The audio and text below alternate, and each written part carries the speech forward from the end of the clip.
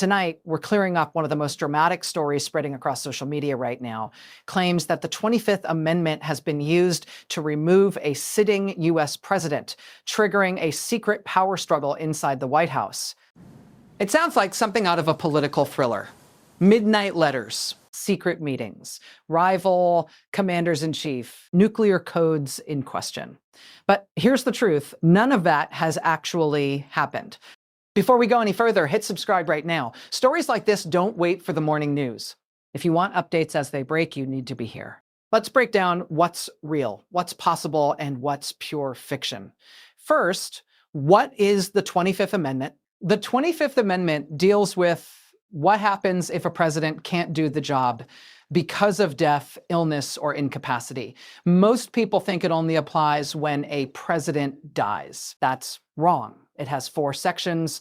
The one making headlines online is Section 4, the most extreme and never used part.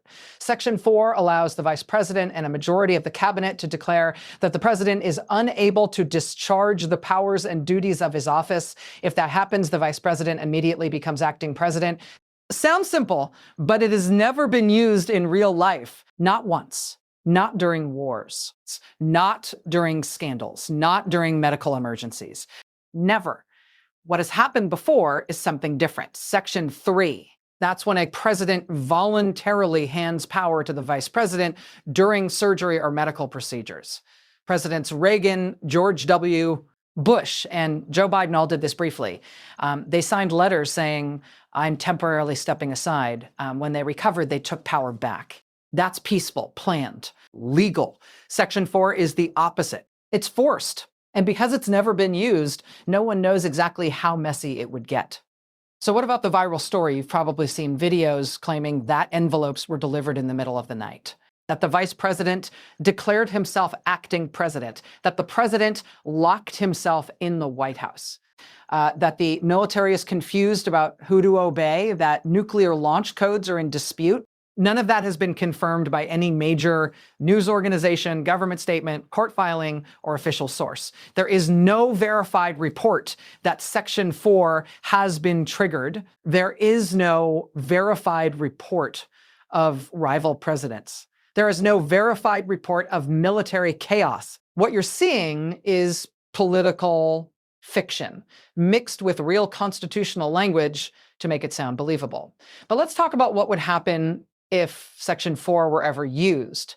Step 1, the vice president and a majority of cabinet members would sign a written declaration saying the president is unable to govern. Step 2, that letter would be sent to the Speaker of the House and the President pro tempore of the Senate. Step 3, the vice president would instantly become acting president. No court, no trial, no impeachment vote, just a switch. But the president has a counter move. He can send his own letter saying, "I am able to serve." When that happens, power goes back to him, unless the vice president and cabinet respond within 4 days with another letter saying he is still unfit. If they send that second letter, Congress is forced into action. Both the House and the Senate must vote. To permanently remove the president, it takes a 2/3 vote in both chambers. If they fail to reach that number, the president stays. That process could take up to 21 days. That means, in theory, the country could spend 3 weeks arguing over who is really in charge. That's why Section 4 scares constitutional scholars. Not because it's evil, but because it's untested. It assumes everyone involved will act calmly, legally, and in good faith. History shows that's not always how power works. So why do people believe these fake stories? Because they use real fears. People worry about unstable leadership. They worry about abuse of power. They worry about the military, elections, and democracy. And when someone wraps those fears in dramatic storytelling, people listen. But here's the reality. If Section 4 were ever used, every major news network in the world would be covering it nonstop.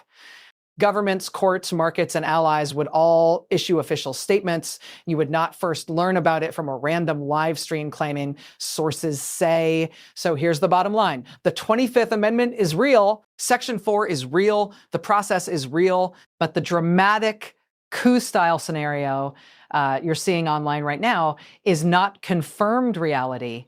It's political theater, using the language of the Constitution to tell a story that hasn't actually happened. And that's dangerous, because when people can't tell the difference between real constitutional law and online fiction, trust collapses. And when trust collapses, chaos doesn't need tanks. It only needs confusion. Stay sharp. Question what you hear, and never assume something is real just because it sounds dramatic. History doesn't usually announce itself with cinematic music. It arrives quietly through documents, courts, and verified facts.